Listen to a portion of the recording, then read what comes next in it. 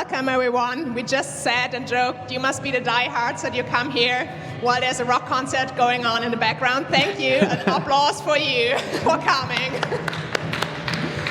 And also for our speaker here, Quentin, who is here in spite of the concert and the noise around us. And he will present us how to reverse engineer government transparency, because that's what he's working for, the Open State Foundation. He's a developer and he's developing tools to get government data to be more accessible. And he'll present us today what are the barriers to it, how we as hackers can help to do that, and what's his vision for the future. Thank you. Thank you very much. Yeah.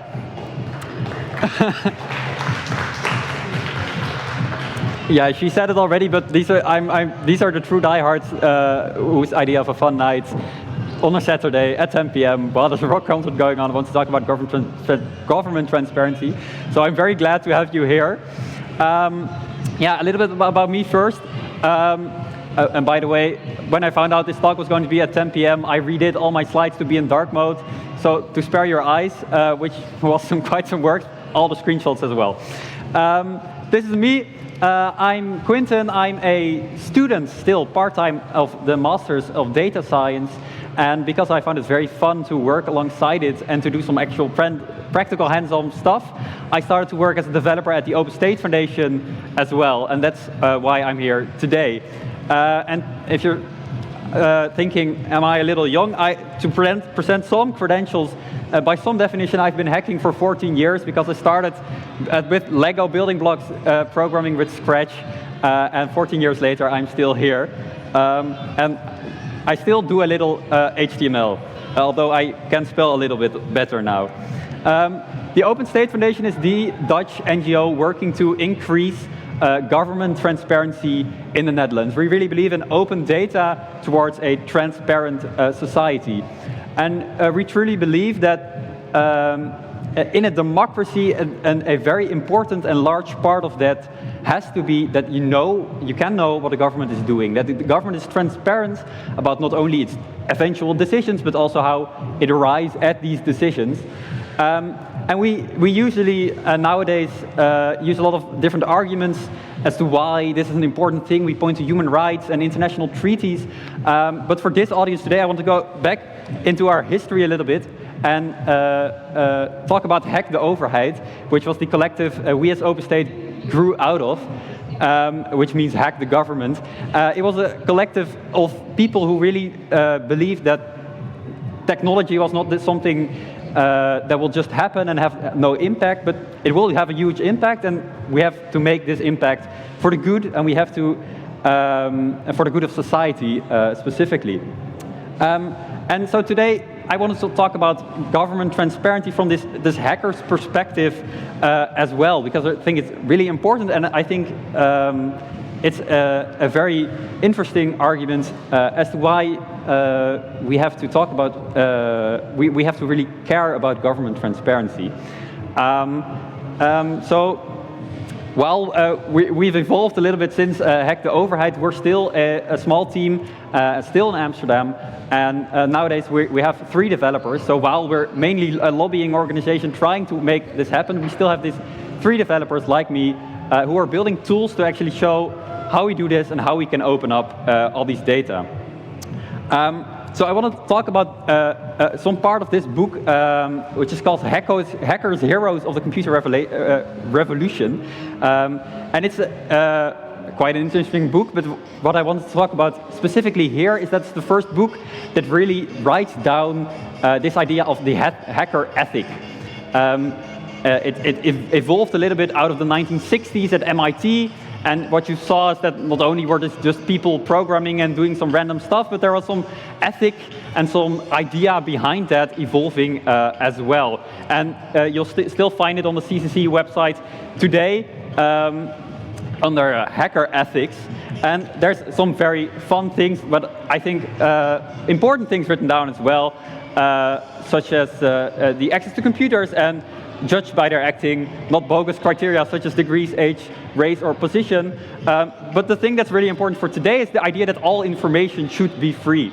And by some quirk of the English language, the word free can be very confusing indeed, of course.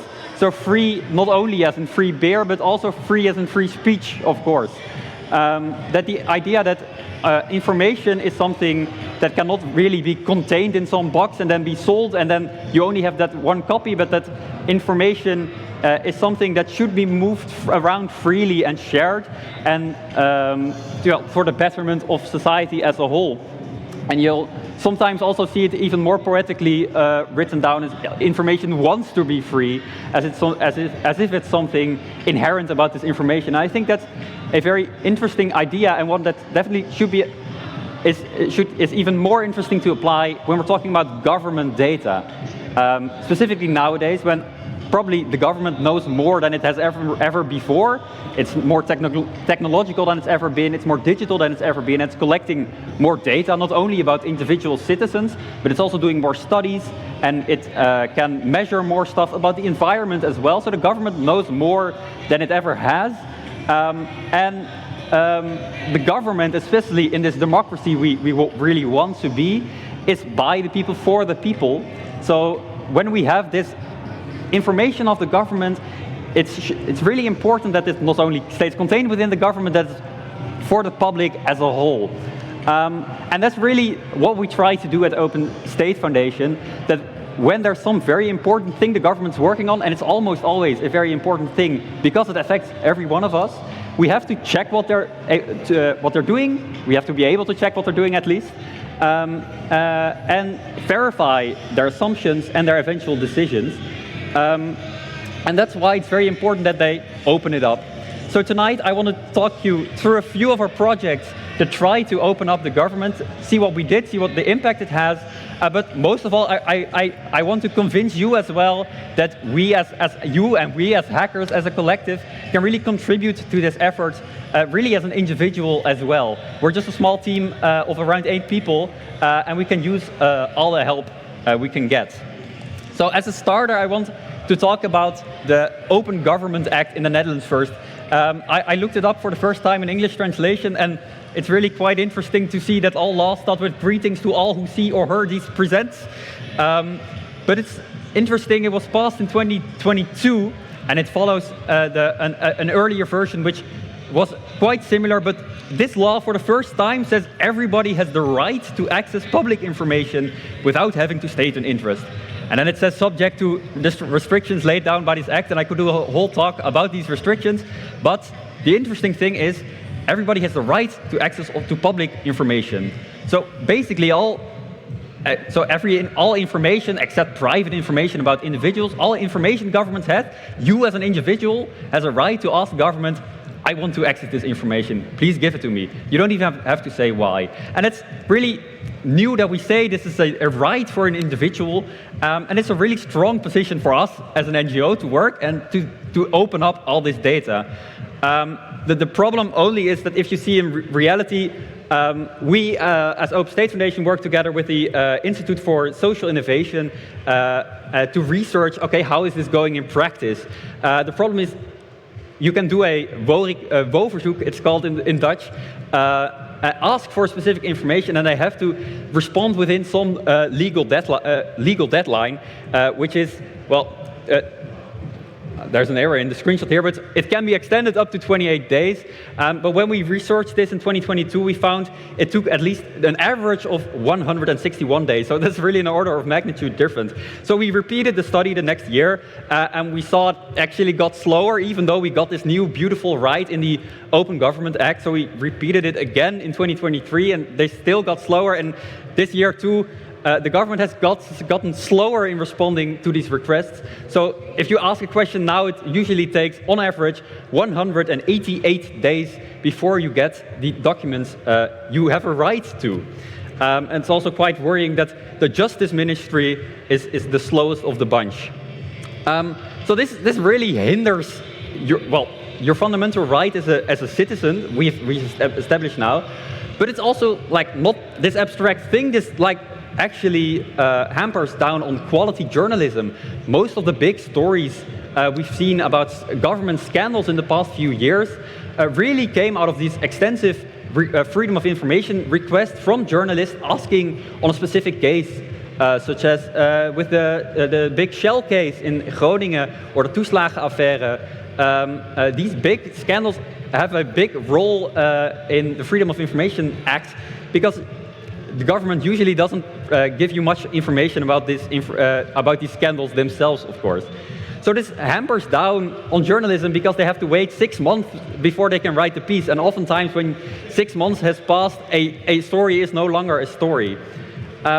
So I'm very interested to know, of the very brave bunch who are here tonight, are there any Norwegians in the audience? Anyone from Norway? No. Okay, that means I will be less checked on what I say next, which is good for me. But Norway really has a different mindset to this, and they're not perfect. They're certainly not, but they're a model of what we really should be going to, because they have just this one search engine. It's called Innsyn. I can't pronounce Norwegian, but you all can't either, so that's fine. It's one big index of the ingoing and outgoing documents the Norwegian government publishes. And not only the national government, all local governments and provincial governments. It's all in this beautiful search engine. So you can just search. I searched for cheese. I don't know Norwegian politics, so I had no idea what to search for. But you get all these interesting results about cheese. And the beautiful thing is you can ask for all Dutch government documents about cheese. But first of all, you have no idea what they are because there's no index. You have no idea what the government's doing. Not only in Norway is there this beautiful list, but there's also the order button. You can just click and it literally gets added to your cart. Usually within a few days, if it's already been publicized, it will just be sent to you immediately. But if it hasn't been published before, some civil servant will look at it, check there's no personal information, and then send it to you. Which lead to just brilliant notices on the front page. Please note that the processing times may be slightly longer for access requests to the Norwegian Labour Inspection Authority due to an unusually high volume of requests. Processing may take over a week. We apologize for the inconvenience. A big notice on the front page that it will take longer than a week. It's beautiful to me. Which is really... The problem is, even if our government decided tomorrow we're going to build this beautiful search engine, they will quickly run into a lot of problems, because what's the problem? Well, the government usually doesn't even know themselves quite which documents they have. Each ministry registers in a different system, and each municipality, and we have 342 of them in this country, usually does things ever so slightly differently. So what happens, and why does it take 188 days on average for your request to be answered? Well, because they first have to find out what information do they have about it themselves. They don't even know themselves. So the Norwegians are still not perfect, but they have at least this index and they know what they have, which is just the very first important step to be able to publish what they have. So I've mentioned that our access to information system is not perfect, but still the very first thing you can do if you want to help out the cause of government transparency is to do a request yourself. There's a beautiful piece of software called Alfatelli, which in a lot of different countries has an instance. So in the Netherlands it's called the WO-knop, or the Freedom of Information button, which makes it really easy to request some documents. And do it in the correct way. The right is given to you, so you can just send an email as well, but it's much easier and you can track your progress in this beautiful system. So that's the first important step, how you can help. When you find out, I really want to know, for example, why my municipality made a decision I don't really like. The municipality websites usually don't publish detailed things about how things happen. So if you want to know how it happened, and maybe a broader picture of how such a thing could happen, send a row request. So I talked about municipality websites. This is the website, at least a automatically generated dark mode version of the website of the municipality we're currently in, the gemeente Dijk en Waard. And what you find out first is beautiful things about how to take out the trash. And usually when you dig around five or so pages, you'll find there information about the council of the municipality, and you can see what's going on for the next few days, and also what the documents have been sent to the municipality and what's been going out of the municipality, which is beautiful if you're specifically looking for something in de gemeente Dijk en Waard. But maybe you're organizing a festival and you want to find out how exactly do I do that. Oh wait, I did it in Amsterdam the last time. So you look at the website of Amsterdam and you see, oh, okay, they have a nice website where they publish their documents, but it's a different website from the last website. And then you go to, and then you go to The Hague and they have a different website. And then you go to Maastricht all the way down south and they have a different website again. And you'll find out there's not exactly 342 websites because there's only a few providers. But you'll find out there's a lot of different providers, each doing these document systems. So again, if you're a researcher or a journalist or something like that, it's quite difficult to make national comparisons about how we do municipal policy in this country. So that's another problem we try to solve, and that's where we collaborated with the VNG, which is the Association of Dutch Municipalities. Each and every one is represented in the VNG. And we, because they ran into the very same problem as well, they're policymakers and they want to find out what's going on in each municipality, and that's quite hard for them to find out as well, because each of them has a different website. So together we created Open Raadsinformatie, or Open Besluitvorming, which is really a project to try and find all these different websites, all scrape them in and put them into one database so that we can make nice search engines like this, which is our project called Bron. You can access it right there, which is one search engine where you can search through all the documents they have published from different municipalities.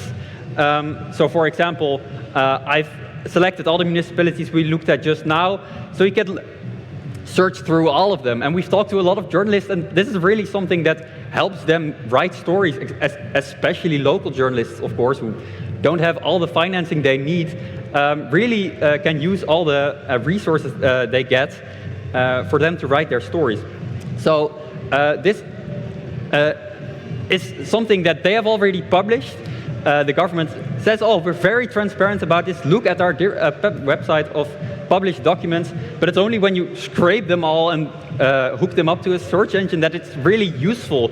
So this is really also why I would call it reverse engineering government transparency, because while they say it's transparent, it's not actually very useful. So we, as Open State Foundation, oftentimes have to sweep in and build tools around it so that it actually matches the use case people have. So while this is a very big project, and while we still don't have all municipalities within this system, because some just do things very differently, there's smaller things you can do to contribute as well. This is a very fun project of us as well, which is called Open Rechtspraak, or Open Judiciary, I guess, is what Google Translate made of it, which is just one index of all the judges we have in this country. Again, this is technically published data. There's a list somewhere. You can look up all judges and to see what all the positions they have and all the district court they serve, but it's not searchable. So one volunteer for Open State built this tool. We deployed it. We looked at it, but it's mostly the volunteers' work. And now it gets visited 100,000 times a year, because a lot of lawyers find it really useful to look up their judge before they go into court. So it's just one volunteer made this website, and it's used 100,000 times a day. So if you have this use case where you think, oh, this should be public, build it yourself, get in contact with us. It's really manageable to do this. So one topic I wanted to go into as well, which is really a focus we've been, has been our focus for over the past few months, is lobby transparency. So of course, governments speak to a lot of lobbyists, or maybe it's the other way around. Lobbyists speak to a lot of governments trying to influence policy. So one of the famous examples in the Netherlands was when the previous prime minister felt into the fibers of his being that he wanted to abolish the dividend tax, when it only later found out that there was a very intensive lobby campaign going on. The same goes for the flight industry, and it's not negative, of course. Lobby in itself can be very positive as well. So aid organizations speaking about Israel policy to our current prime minister is also, of course, a form of lobby. But we, until recently, didn't have any sight on what actually was happening on the lobby front. And it was only recently that government ministers started publishing a public version of their agenda with all their external meetings for a given week.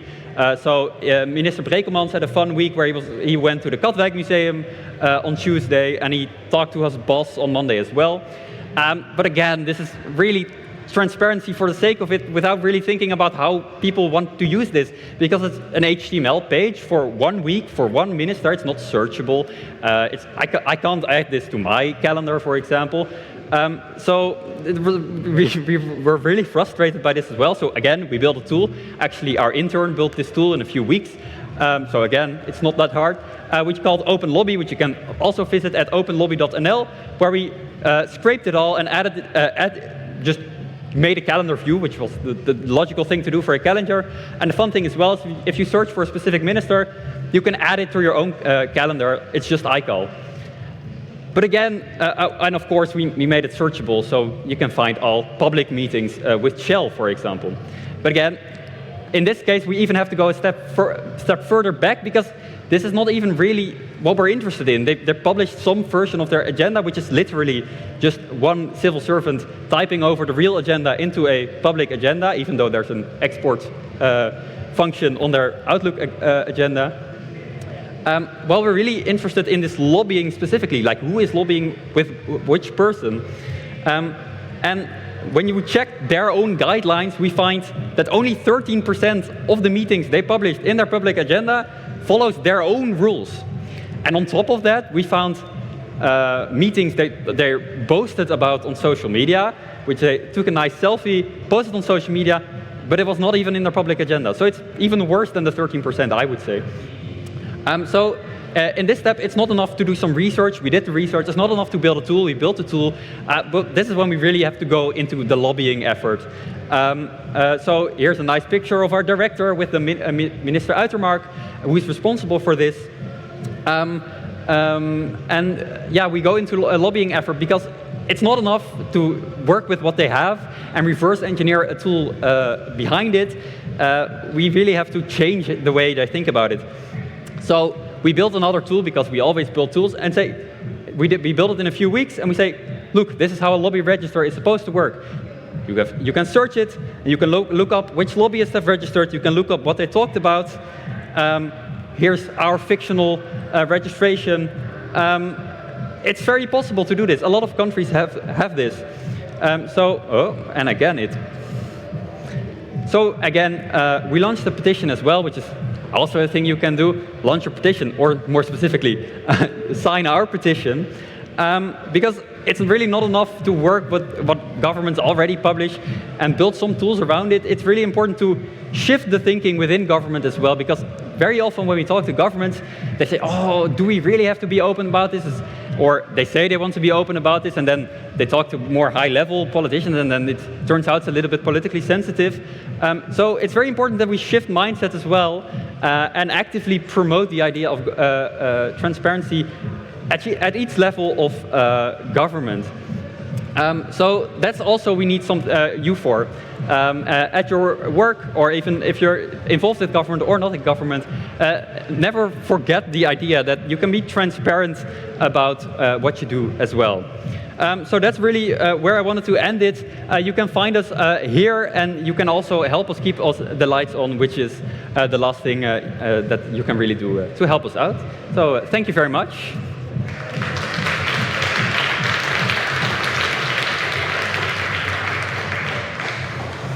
Thank you, Quinten. I think we have time for 2 questions, probably.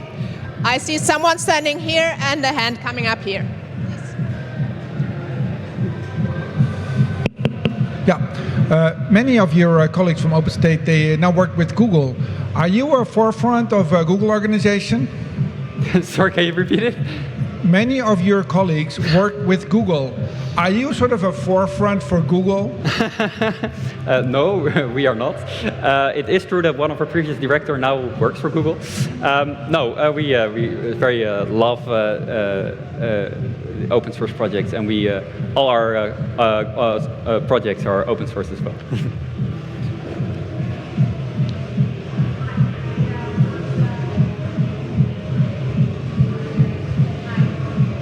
with I have a DevOps team in government, and DevOps works well with transparency. You fail, you fix it, and that's okay. It's completely acceptable, except for in government. Because nobody wants to acknowledge they failed, nobody wants to be transparent or even have the responsibility of the failure. So, how do you do this? Can you repeat just the summary? Okay.